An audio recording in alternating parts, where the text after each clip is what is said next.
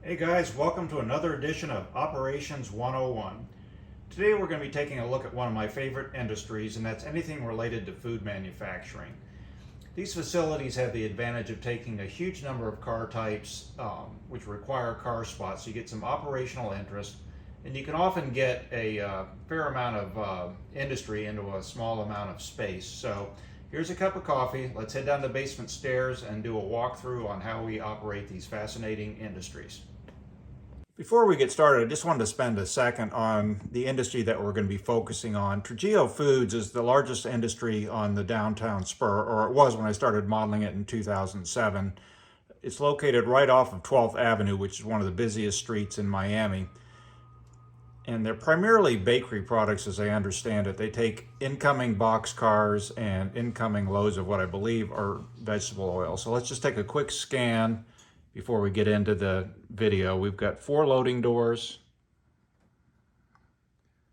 A through D.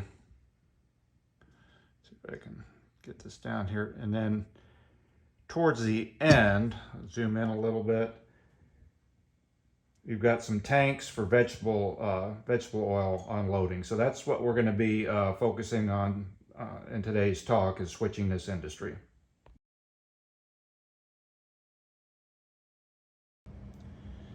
So with the preliminaries out of the way, let's go through a short demo here of a train actually working the branch.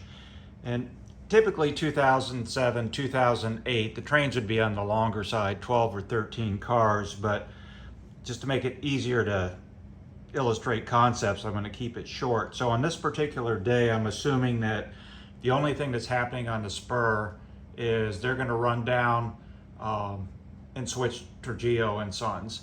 So the first 3 cars really have nothing to do with this session. I'm assuming they would have been handled earlier in the day up north, perhaps East Rail or West Rail. The last 2 cars, the tank and the box, are what we're going to be dealing with. And it's going to be important to keep those cars at the back of the train and block the way they are in order to make things simpler when we actually get down there. So with that said, let's get this bad boy fired up and on the road. Also note that when you only have one train, you don't need staging. So I'm just assuming that the day starts with him approaching the downtown spur. So he's peeling off on the spur. This here is the main, but that's just a dummy track. So let's get the show on the road.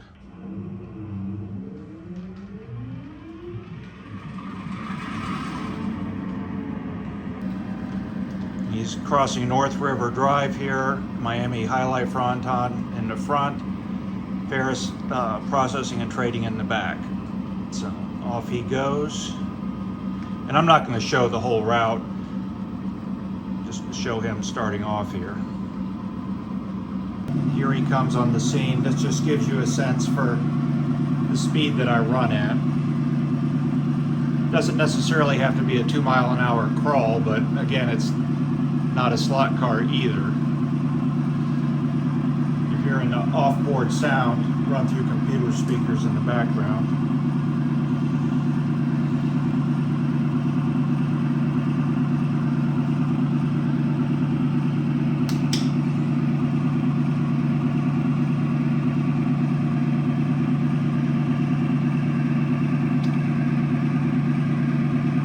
The tank car is likely vegetable oil. The box car at the back of the train. I saw a waybill once that a conductor mailed me. It said it was some type of sauce, whatever that is.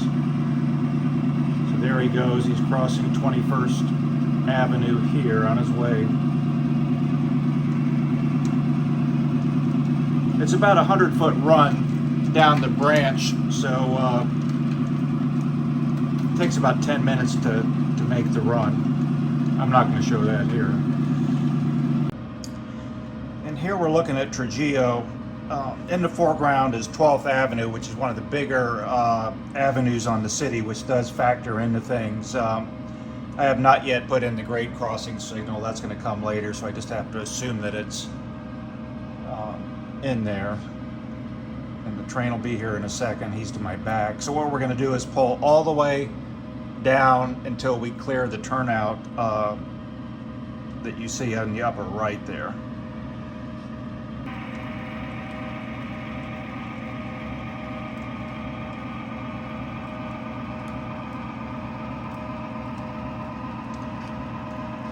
He's crossing 12. That's the Gulf Atlantic warehouse on the right, no longer rail served. Was featured in an episode of Burn Notice.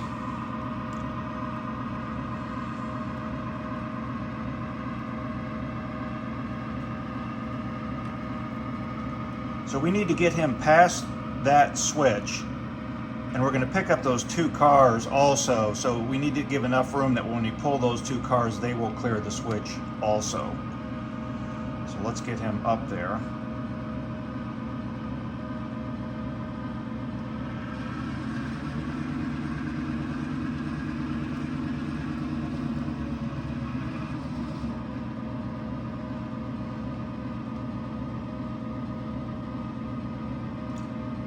The runaround siding's pretty long. If I remember, it's 10 to 12 feet. So we cleared the switch, but we need room also for that tank car and the blue box car. So that should do it.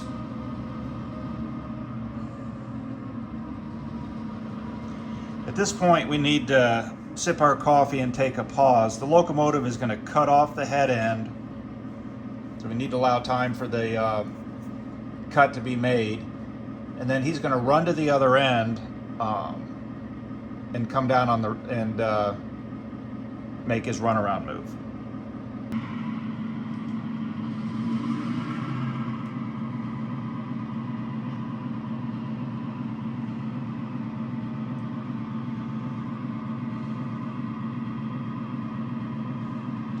So we're at the south end of the runaround. It's important to realize that generally on a day, typical operating day, they will only do one runaround. I mean, that's it.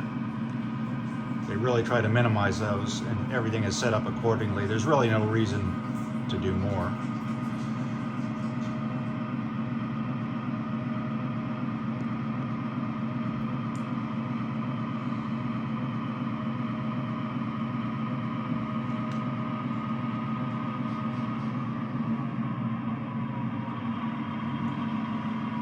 At this point, this is where a lot of model railroaders get themselves in a little bit of trouble. They would just pull the switch, flip it, and go, which is not really what happens. At this point, the conductor needs to get out, unlock the turnout. Again, I use those props occasionally to simulate that, generally not when I'm running by myself, but that lock could represent the lock on the turnout if I was in the mood.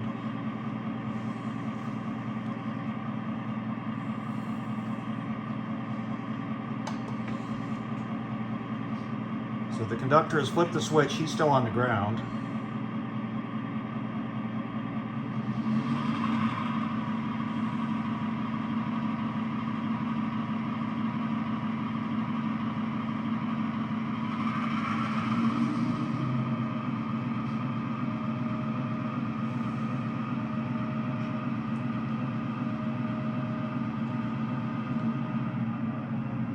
Now I'm stopping again because remember, he needs to put the turnout back and lined it for the, lack of a better term, the main.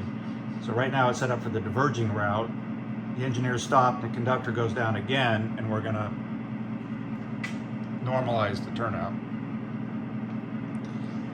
Again, take your time, sip your coffee or your beer. At this point, the conductor's walking back. They're set, and he's going to finish the runaround. So let's get him back up to the other end.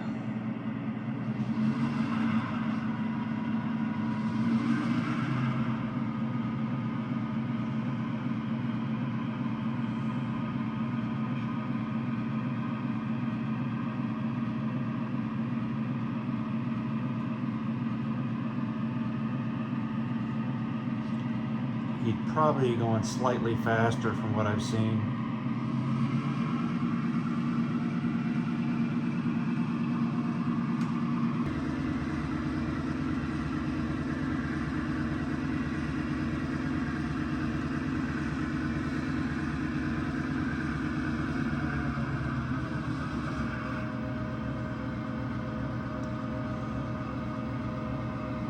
There we go. Now we have to stop again to align the switch.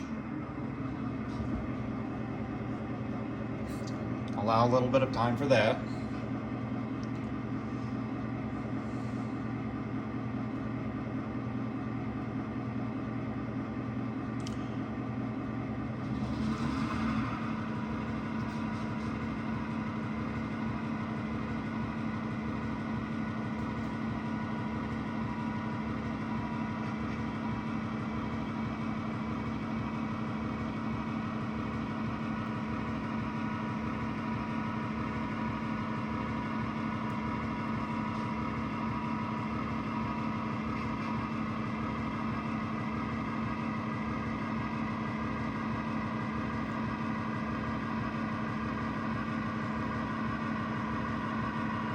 Need to flip the switch again.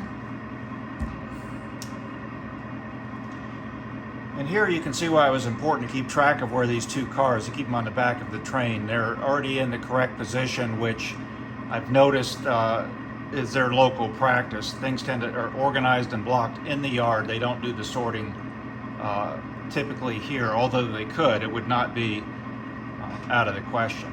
So I'm going to use the two incoming loads as handles, so let me go get those.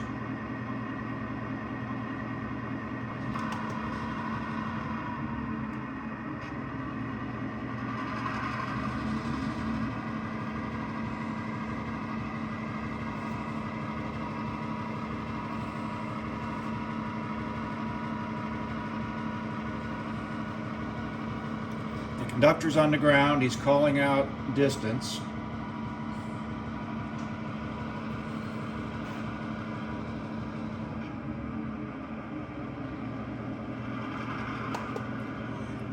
And then remember from the previous video, he's going to ask for 3-step protection and go in and get everything coupled. And then he's going to walk down past the tank car and uncouple that.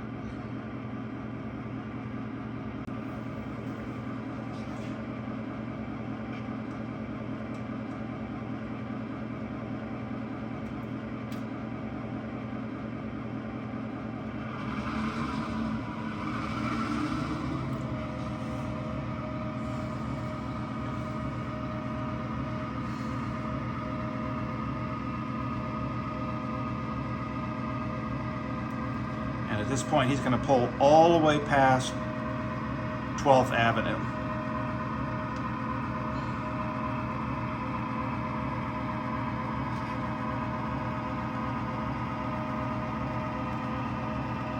Now, having watched this move in person, once he gets him across 12th, what he needs to do now is just stop the action for a while and get the gate unlocked. This is a good point to talk about operational props, and it's something I've backed off on a little bit. I mean, I started out using a lot of them and got to the point where it just seemed to be a little bit hokey, just a little bit too unrealistic. But having said that, there's a few of them that I do enjoy that I think add to the experience, and the thing with these that I use is you can keep them fairly close to scale. One thing that you're going to see with almost all industries are locked gates. And these are something that you can model. So what would happen here is I've kept it simple. You look at the entrance, just use a skewer and open them like that. And all these are some Alchem etched chain link. I C8 a rod or some spring wire. See if I can pull it up. And it just drops into a tube. So I do use the gates.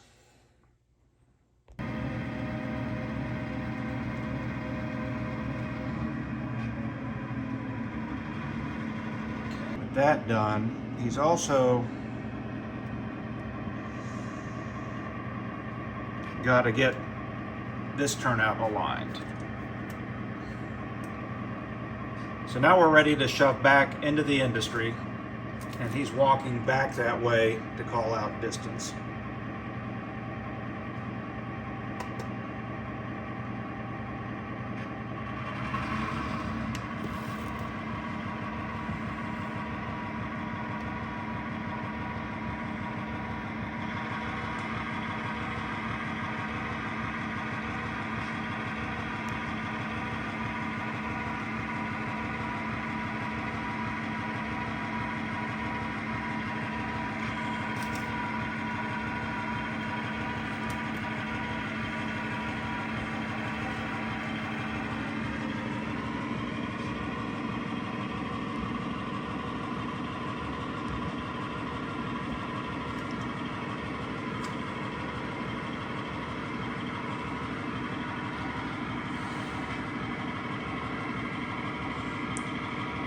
Again, we're calling out car lengths.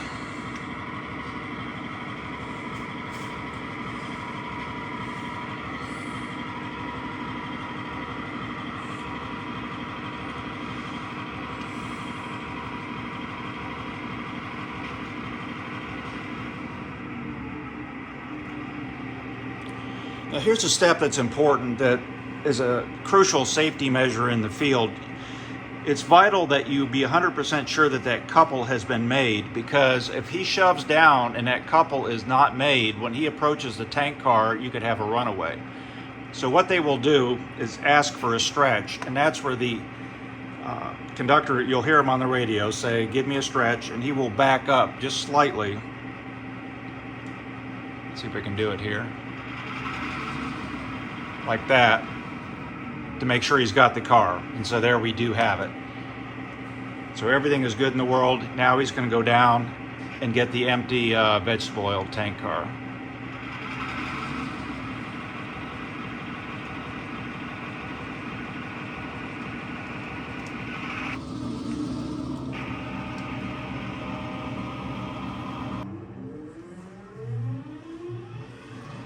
Calling out car distances.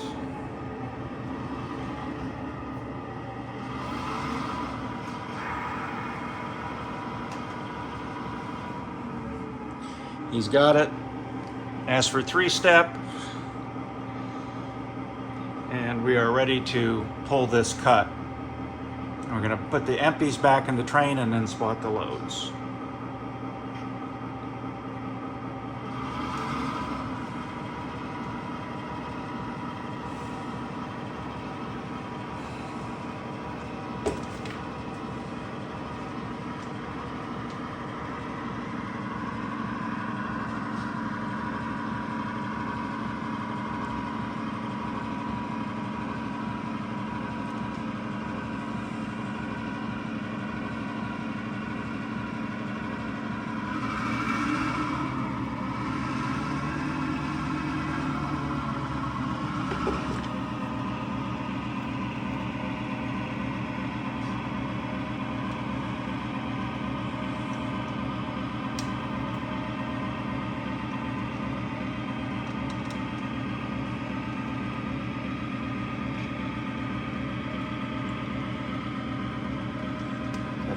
Get that tank car clear of the switch so we can shut back.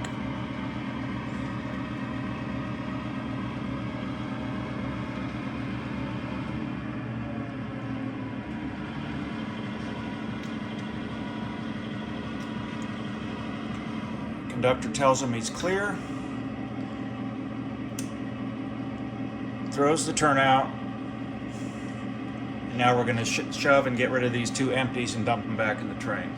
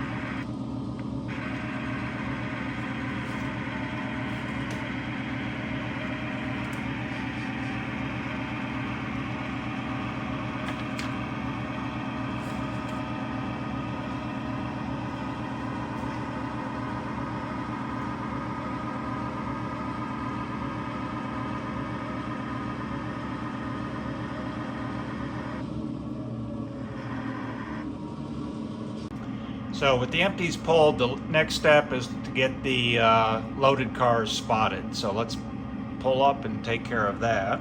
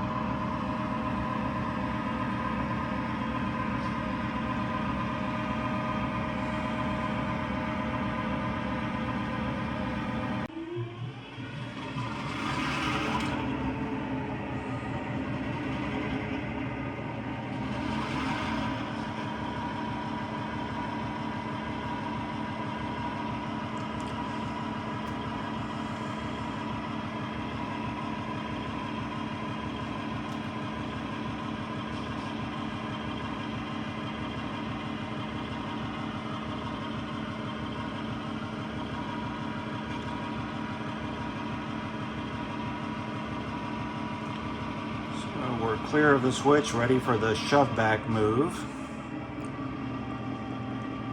Allow time for the conductor to do that. At this point, our advanced planning to have the cars in the right location pays off.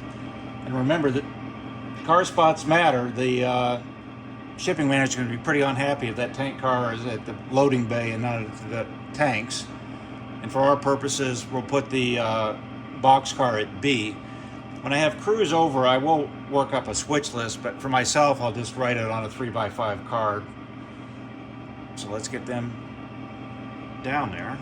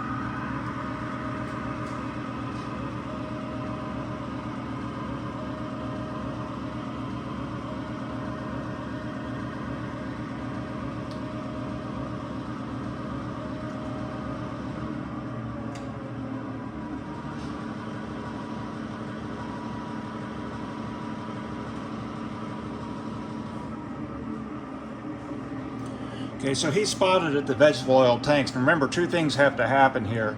He's going to ask for three-step, but this is a loaded car that's going to be sitting here for a while. We also need to allow time for the conductor to set the brake wheel on that. So just cool your jets, so, give yourself a little bit of a pause. And then we're going to pull the box car up to gate B.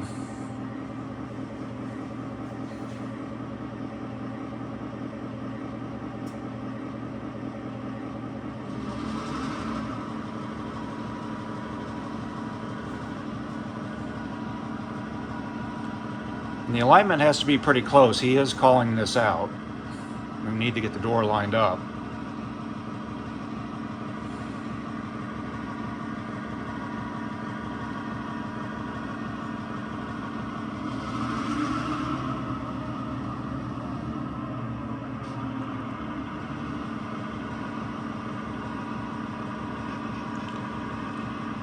There we go. So we're going to ask for three-step and uncouple the car, and we're also going to set the brake wheel.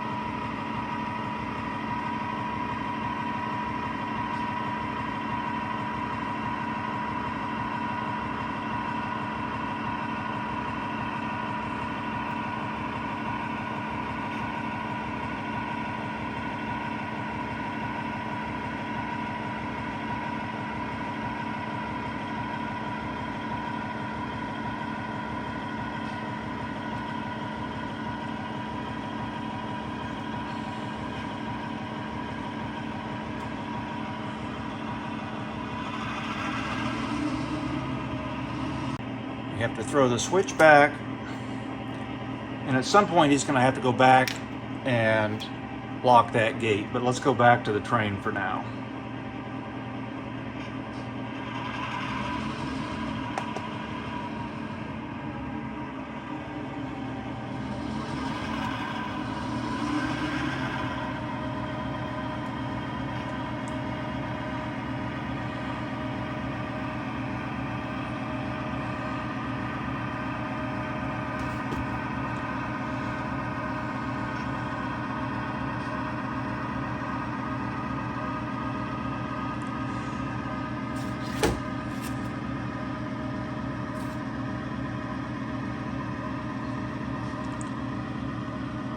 So we're calling out distances pretty soon.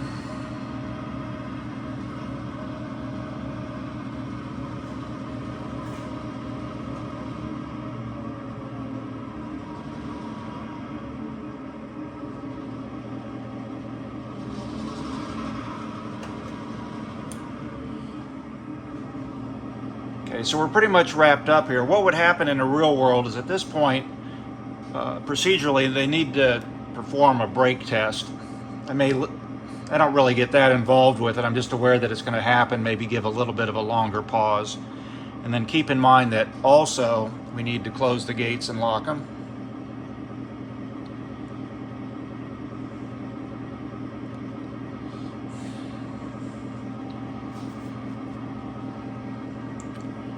And we're done. Back to the yard.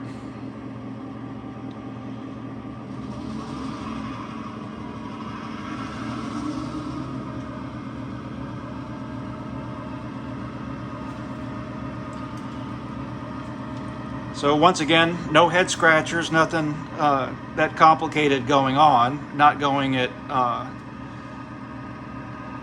unbearably slow speeds, but even so, it's going to take a good 40 minutes to do this.